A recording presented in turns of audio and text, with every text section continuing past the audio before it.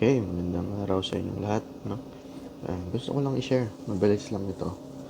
Ah, so may mga 5 years old and up, mga sasakyan, tapos kung meron kayong mga switches na katulad nito sa inyong mga door handle, no? Makikita natin dyan na medyo naglalagkit yung mga pindutan. Actually, this is a cover. So, ito kasing sa akin is yung aking Ford Territory. So, ito, nilagay ko na lang to is aftermarket dahil katulad nga yan yung nasa loob. Yan, makikita nyo dyan. Nagiging ganyan na siya.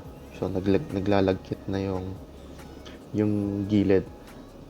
Actually, madali lang tong tanggalin, no? Sa buong pindutan sa mga pintuan ng ating sasakyan. So, ganito lang siya kasimpleng linisin. So, ang kailangan nyo lang, dalawang gamit. So, wipes and alcohol. No, any alcohol. As long it is a 70%. Actually, mas okay nga kung mas mataas pa. So, pwede rin yung acetone. So, pero since DIY ito at kung ano lang yung may gamit kayo sa bahay na actually meron na yan, meron kayong ganito sa bahay and ganito alcohol, dalawa lang, okay na yan, no? Kailangan nyo lang ng konting tiyaga kay Lubo Grease, no? Kaya kung ito, makikita nyo ito, medyo malinis na ito kasi nasimulan ko na siya. So ganyan siya kanina kadumi. So yan, ganyan siya kalagkit, no? Sobrang lagkit niyan.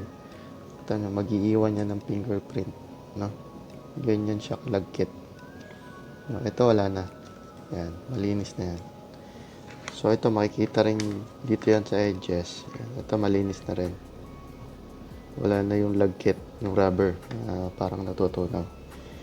So itong rubber na to, itong kabuuan na to, natatanggal po yan. Pagka especially dito sa Ford Territory, karamihan na may ganito. Yan, natatanggal yan. Natanggal ko na yan. So, ganyan ang itsura niya pag natanggal. Yan, parang naka-clip-ons lang siya. Yan, sa gilid. Pagka natanggal niya yan, ito. Yan. So, ganyan ang itsura niya.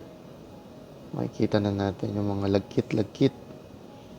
No? O yung mga parang rubber na top coat na natutunaw, no?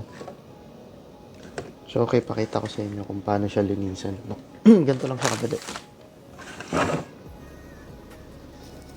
So pakita ko lang sa inyo, mabilisan lang to.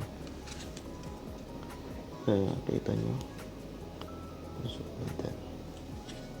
kita nyo, lagkit, ang lagkit niyan, no? Ano yung gagawin dito sa wipes? Lagyan nyo ng konting alcohol para medyo mas matapang siya.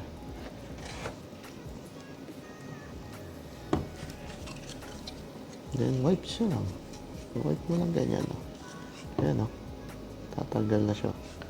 Actually, mas okay yung acetone talaga. So, hindi naman lahat ng household o lahat kayo na nanonood nito ay may acetone sa bahay.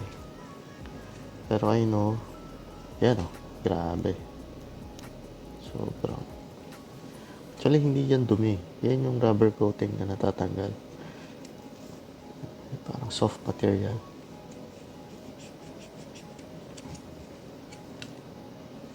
Yan, kita nyo. Oh.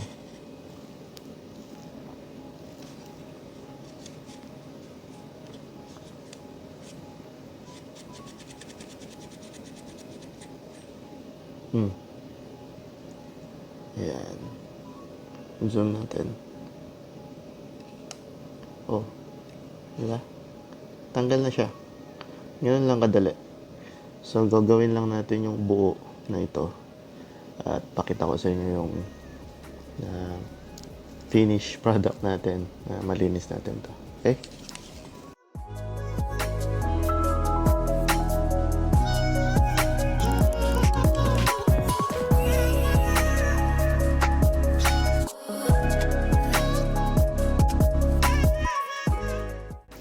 Okay. Tapos yung makikita nyo yung mga singit-singit dun sa loob. Yan, mga gilid-gilid. Kuha lang kayo ng flathead. Balot nyo lang dyan sa again, this is the same wipes katulad kanina. Balot nyo lang siya. Maging pointed. Kasi panlinis nyo sa mga gilid-gilid.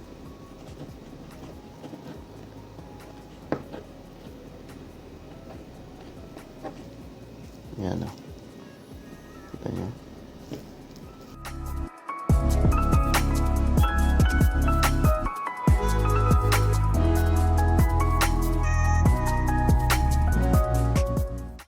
Almost okay na siya. Almost brand new. So, punasan lang natin. Tanggal yung residue ng alcohol.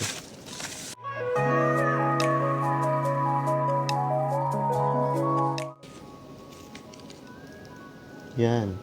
Nakita nyo, yan. Linis na yan. Para siyang nagmat. Wala na yung dumidikit-dikit. Wala na yung fingerprint. Ayan, nakita nyo. Sobrang linis na yan. So, ganun lang siya kadali. Tanggalin nyo lang to. So, pagka pinalik natin to, so, ayan. Pagka pinipindot na natin yung ating mga door switches, wala na yung sumasabit na malagkit. So, ganun lang siya kadali. So, I hope it helps you with this video. Sa mga may struggle. Mga ganyang door switches na malagkit. Ayun. May rubber finishes. So, yan. So, thank you for watching this video. Thank you.